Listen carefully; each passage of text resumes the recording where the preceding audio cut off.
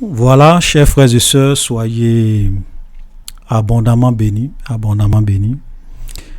Alors, j'ai décidé de faire cette deuxième partie sur la sexualité avant le mariage parce que j'ai eu tellement de réactions, voilà, un certain nombre de commentaires de la part de certaines personnes, voilà, qui ont voulu vraiment me faire croire que non, le verset que j'ai pris, voilà, pour justifier ma position, c'est pas ce verset-là que les gens utilisent pour justifier la doctrine du goûter voir, pour justifier la doctrine selon laquelle on peut coucher avec une femme avant de la marier. Parce que moi, j'ai pris Deutéronome 22. Ils disent que non, c'est plutôt Exode 22, le verset 16. Et donc, j'ai même fait un commentaire à la suite de ma vidéo pour leur dire que ça soit, même si on prend Exode 22, le verset 16, ce que j'ai défendu comme vérité, comme position, reste valable. Ça reste entièrement valable. Voilà, à savoir que toute relation sexuelle en dehors du mariage est un péché selon Dieu. C'est le péché de la fornication et de l'impudicité qui est interdit lorsque nous lisons 1 Corinthiens chapitre 6, le verset 18. Ok? Donc, on va en parler tout à l'heure. Mais je voudrais, dans cette vidéo, prendre même le verset, c'est-à-dire que Exode 22, le verset 16, dont les gens ont cité. Et nous allons ensemble analyser ce verset. Et vous allez comprendre la vérité. Voilà, parce que moi, je veux que les choses soient transparentes et que les choses soient claires. Ça me fait un peu mal parce que je suis étonné, surpris même par la réaction de plusieurs personnes qui pensent en tant que des chrétiens que avoir des rapports sexuels alors qu'on n'est pas marié, c'est légal et c'est normal. C'est pas un péché. Ça m'étonne. Ça m'étonne de voir des gens qui pensent que oui, parce qu'ils ont l'intention de marier une fille, ils peuvent sortir avec elle parce que ils vont la marier de toutes les façons. Et que ça, c'est pas un péché. Je suis vraiment étonné. Et ça montre quoi? Ça montre que nous vivons des temps sombres. Des temps sombres où le péché est vraiment en train de croître. Et comme je l'ai dit dans la vidéo précédente, la Bible dit, parce que l'iniquité se serait accrue, la charité du plus grand nombre se refroidira. Ok? Donc nous sommes dans une époque où le péché est vraiment en train d'abonder. Et tellement en train d'abonder que même les chrétiens vivent dans le péché, ou bien certains chrétiens vivent dans le péché. Ils ne se rendent pas compte qu'ils vivent dans le péché. Et nous avons lu la dernière fois, dans la vidéo précédente, toujours, nous avons vu Daniel qui disait qu'un temps va arriver où les méchants feront le mal et aucun des méchants ne comprendra. Mais ceux qui auront l'intelligence comprendront. Vous imaginez, voilà les temps dans lesquels nous sommes. Parce que moi, je me souviens, même quand j'étais déjà très jeune, enfant, voilà, et que je n'étais pas encore, je ne connaissais pas mal de choses sur Dieu, mais quand j'allais déjà à l'église simplement, en tant que jeune gens, en tant qu'un jeune homme, mais c'était une évidence pour tous les chrétiens à cette époque. Parce que les pasteurs enseignaient cela. C'était clair que pour pouvoir avoir des rapports sexuels, il faut être marié, c'est ce qui est biblique. C'était évident pour nous. Donc je suis vraiment étonné de voir qu'aujourd'hui, des chrétiens ne savent pas ces choses et qu'ils viennent défendre des choses au contraire. Parce qu'il y a plein de loups ravisseurs, des agents du diable, des faux prophètes qui sont venus dans l'église de Dieu pour pervertir la voie de la vérité et pour conduire beaucoup de personnes à l'enfer. Vous comprenez? Donc, sans plus tarder, on va lire le verset. On va lire le verset. Exode 22, le verset 16. Et vous allez voir, on va voir la vérité. Exode 22, le verset 16. Si un homme séduit une vierge qui n'est point fiancée et qu'il couche avec elle, il payera sa dot et la prendra pour femme. Vous comprenez? Donc, ce verset-là est clair. Tu séduis une vierge et tu couches avec elle. La Bible dit que parce que tu as fait cela, tu vas payer sa dot et tu la prendras pour femme. D'abord, la première vérité que nous voyons dans ce verset, c'est que ce verset-là n'est pas en train de parler de la doctrine du goûter-voir. Non. Ce verset-là est en train de dire que celui qui couche avec une femme vierge, il doit la marier obligatoirement. Elle doit devenir obligatoirement sa femme. À moins que le père de la jeune fille refuse de te donner la main de sa fille. Sinon, tu es obligé de la marier. Tu vas payer sa dot et elle va devenir ta femme. Est-ce que ce verset-là, c'est un verset qui soutient la doctrine du goûter-voir? C'est-à-dire que tu viens, tu couches avec une fille pour voir si vraiment elle te convient, et puis si elle ne te convient pas, tu la laisses. C'est ce que ce verset-là dit? Non. Ce verset ne dit pas que si tu couches avec elle, qu'elle ne te convient pas, tu peux la laisser. Non, non, non, non, non. Si tu couches avec elle, tu dois payer sa dot et elle va devenir ta femme obligatoirement. Voilà ce que ce verset dit. Donc, la première des choses qu'on constate, c'est que ce verset-là n'est pas en train de dire que tu peux aller coucher avec une fille et puis, ou bien parce que tu as l'intention de marier une fille, tu vas coucher avec elle et puis si elle ne te plaît pas, tu la laisses. Non. Ce n'est pas ce que ce verset est en train de dire. C'est clair.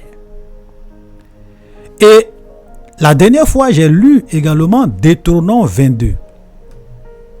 Deutéronome 22. Ok. Nous allons aussi lire Deutéronome 22. Cette fois-ci, je ne vais pas lire tout le passage, mais je vais juste lire une partie, voilà, à partir du verset 20.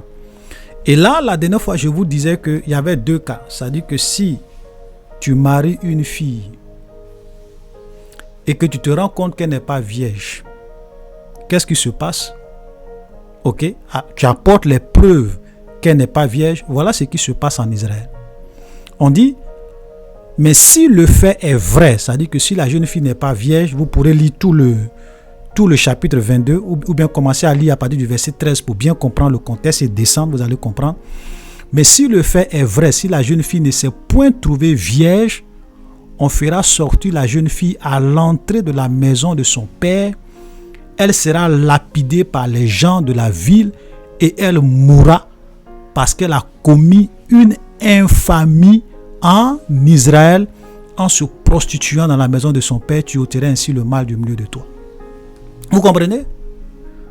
Ça veut dire que toi, tu es une jeune fille, tu t'entends avec un jeune homme, vous avez des rapports sexuels et puis le jeune homme, ou bien il te goûte, le jeune te goûte et puis te dit non, moi, je ne veux plus de toi parce que tu ne me conviens plus. Et toi, la jeune fille, tu ne dis rien. Au lieu de venir dire à ton papa, ah papa, voilà ce qui s'est passé, ce jeune homme m'a séduit, il a couché avec moi, pour qu'on le force à te marier en payant ta dot. Tu ne dis rien, tu viens t'asseoir dans la maison de ton père. Et puis plus tard, tu te maries. Ok? Et le monsieur avec qui tu te maries se rend compte que tu n'es pas vierge. Il n'y a pas de problème. On te fait sortir. Et on te lapide à mort. Parce que tu as commis une infamie en Israël. Tu as commis un interdit en Israël. Parce qu'il n'est pas convenable d'avoir des rapports sexuels alors que tu n'es pas marié dans la maison de ton père. Donc tu t'es prostitué dans la maison de ton père. Et toi, la jeune fille, tu meurs. Frère, c'est pas un jeu. Vous comprenez? Donc, je veux dire, c'est tellement clair que au temps de Moïse, il n'est pas autorisé à une jeune fille d'avoir des rapports sexuels en dehors du mariage. C'est un déshonneur, c'est ce que je disais dans la vidéo précédente. C'est une infamie. Ça fait que n'importe quel homme qui séduisait une jeune fille et qui couchait avec cette jeune fille, la jeune fille va venir dire ça à ses parents. Si le jeune homme ne veut pas il va la marier forcément, il va payer la dot, il va la marier. Ça c'est la première vérité que je voulais vous expliquer. Pour dire que dans tous les cas, que ça soit Deutéronome 22 ou bien ce que j'ai expliqué, il n'est pas concevable en Israël, dans la loi de Moïse, ok, voilà, de marier, de goûter une fille et puis la laisser. C'est pas possible. C'est pas possible. Maintenant, la deuxième chose que nous voyons dans ce texte, quand nous lisons ce texte attentivement, c'est que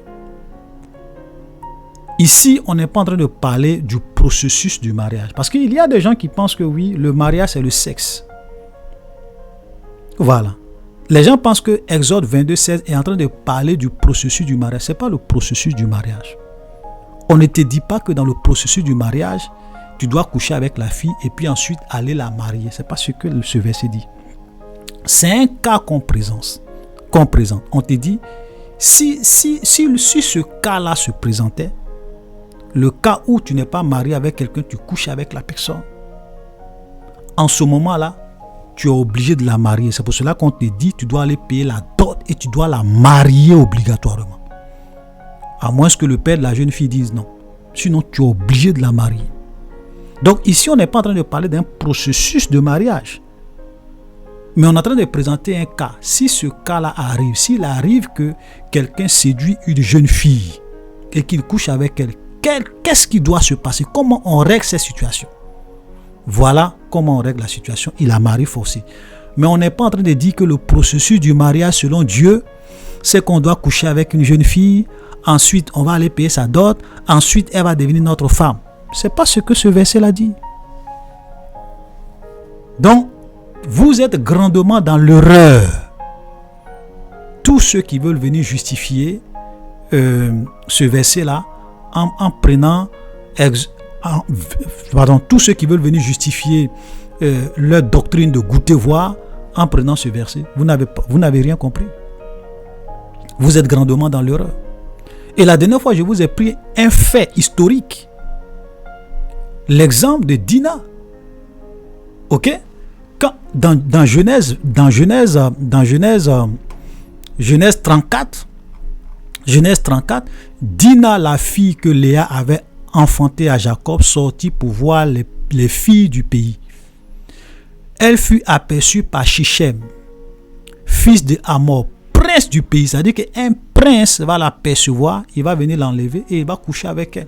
Voilà, il va la goûter et la déshonora. Vous comprenez? La Bible appelle ça déshonorer la femme. Donc ce prince-là, en faisant cela, il a déshonoré Dina. L'acte de déshonneur, ça consiste à quoi? C'est pas le viol, forcément. Parce que j'ai vu des gens, quand j'ai pris Deutéronome 22, le verset 28, ils disent oui, ça c'est un cas de viol. Violer une femme, c'est la déshonorer. Mais ici, là, mon ami, c'est pas un cas de viol. Il a enlevé la fille, il a séduit la fille, il a couché avec elle. Et la Bible dit qu'il a déshonoré la fille. Vous comprenez? Parce que plus tard, quand vous lisez la suite, vous allez voir que ce monsieur a vraiment aimé Dina. Il était tellement sérieux que quand il a fini de coucher avec elle, il avait tellement aimé qu'il voulait maintenant la prendre pour épouse. Il est venu voir Jacob pour dire, oui, ta fille là, elle me plaît vraiment, je veux faire du sérieux avec elle, je veux la marier. Et vous avez les frères de Jacob, les enfants de Jacob, les frères de Dina vont dire, c'est pas possible. C'est pas possible. Donc, ils vont tendre un piège, ils vont les mettre dans un piège, ils vont tomber dedans et puis ils vont aller les détruire. Vous pourrez lire tout le passage. Je n'ai pas le temps de tout parcourir. Mais regardez le dernier verset de cette histoire. Il répondit, c'est-à-dire que quand leur père Jacob va se plaindre, ils vont répondre, ils vont dire, traitera-t-on notre sœur comme une prostituée? Vous comprenez? Voilà quelqu'un qui était sincère, qui voulait venir marier leur sœur. Il a couché avec elle, il voulait venir la marier. Les gens disent, mais ça ne se passe pas comme ça. Comment toi, tu peux venir traiter notre sœur comme une prostituée? C'est avec les prostituées, on couche avant d'aller les marier. Vous comprenez? C'est-à-dire que dans l'esprit juif, coucher avec une femme, alors que tu ne l'as pas mariée, c'est un peu comme si tu l'as traitée de prostituée. C'est un déshonneur. C'est un déshonneur. Traitera-t-on notre sœur comme une prostituée? Pour ceux qui parlent de goûter, voir, le prince de ce pays il a couché avec la fille, il voulait la marier, il était sérieux. Mais les gens n'ont pas apprécié ça, parce que ça ne se passe pas comme ça. En Israël, ça ne se passe pas comme ça. Donc, sur tous les plans, vous êtes dans l'erreur. Voilà, tous ceux qui veulent goûter les jeunes filles, vous êtes dans l'erreur. Donc, frère, comme je l'ai dit, cette doctrine qui consiste à dire que oui, parce qu'on a l'intention de marier une fille, on peut coucher avec elle avant le mariage, c'est une doctrine démoniaque, je le répète. Ce n'est pas de Dieu. Faites attention. Faites attention. Ok? Donc, regardez même, quand vous prenez d'autres faits historiques dans la Bible, regardez le mariage de Rebecca et d'Isaac.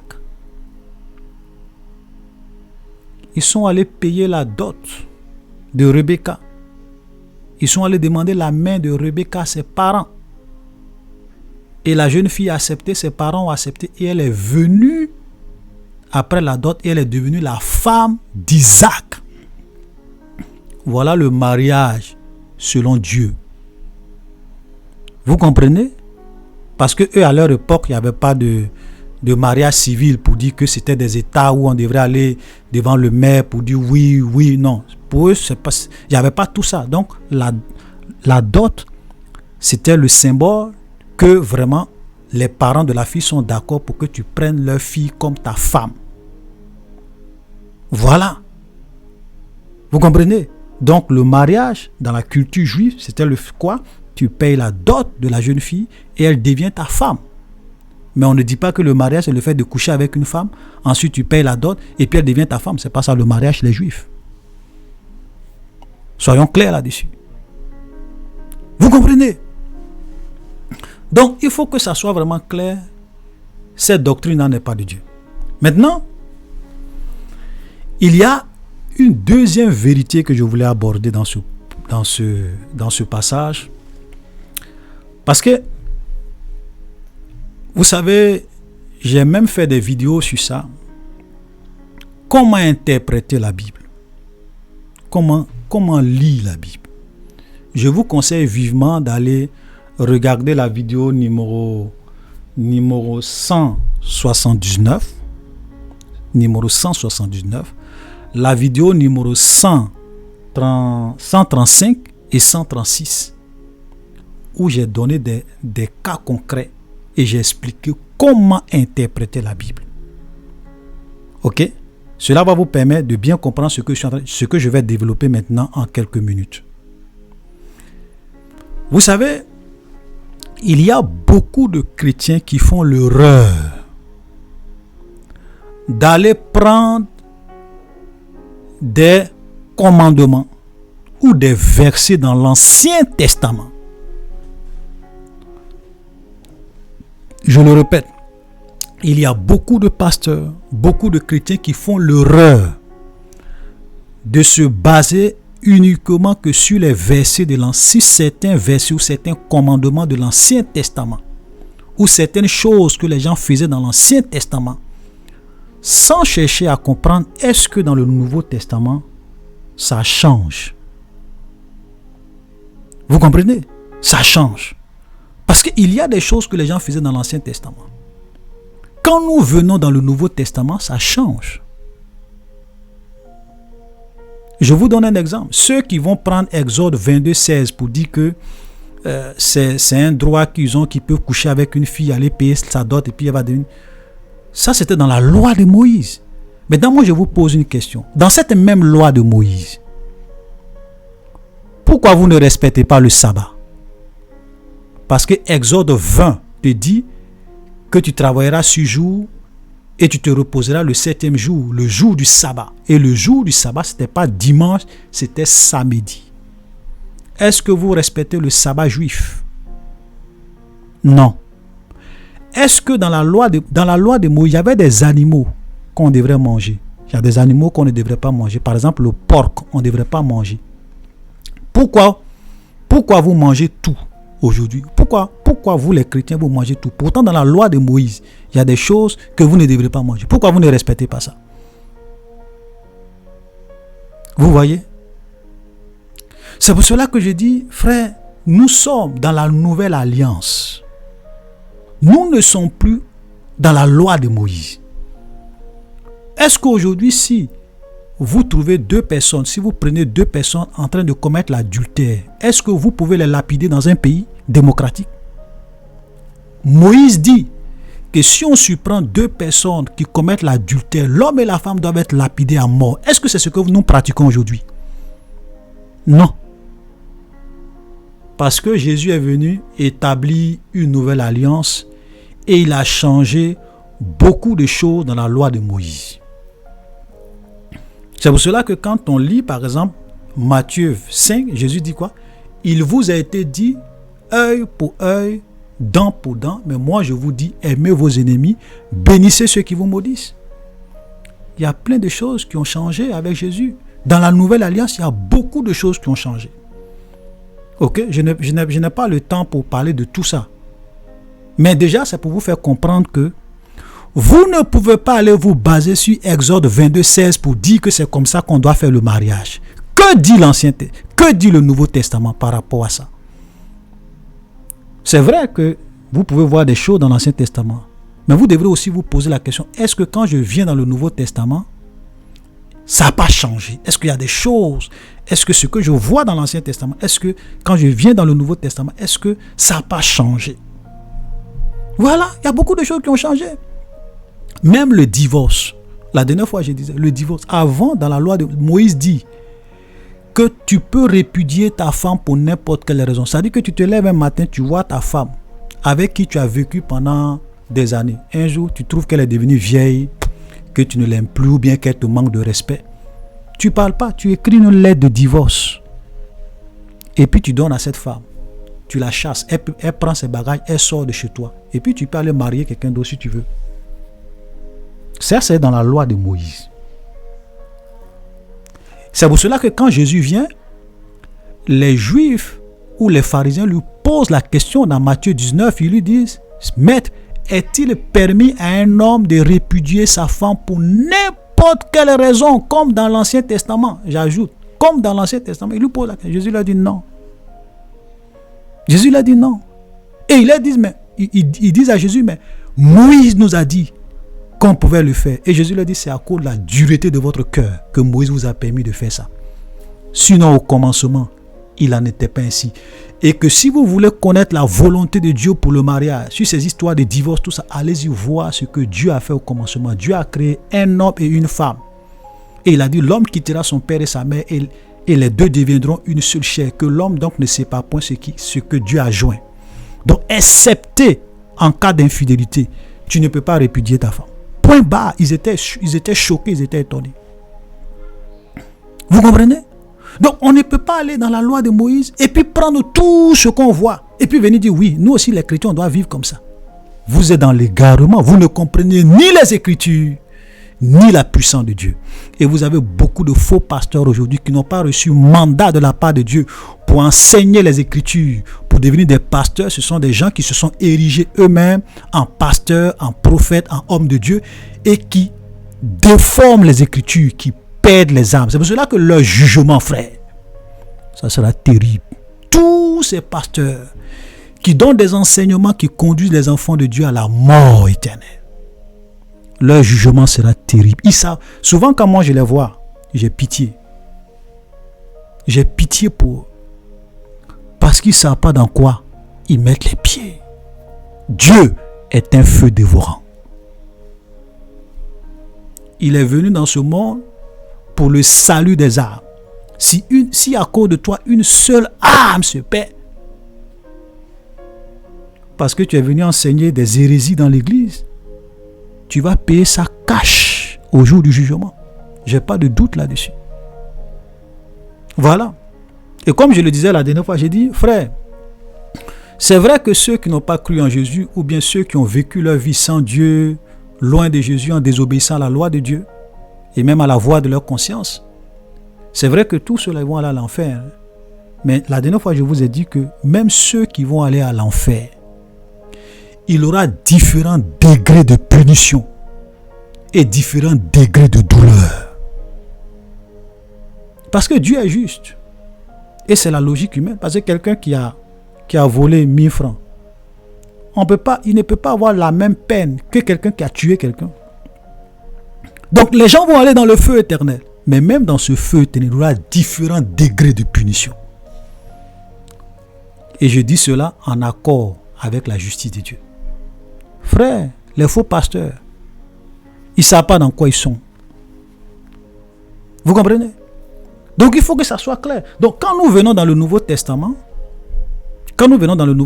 déjà quand on prend 1 Corinthiens chapitre 6, le verset 18, la dernière fois j'ai lu ça, et je vous ai dit que le contexte dans lequel ce verset est donné, c'est le contexte des rapports sexuels.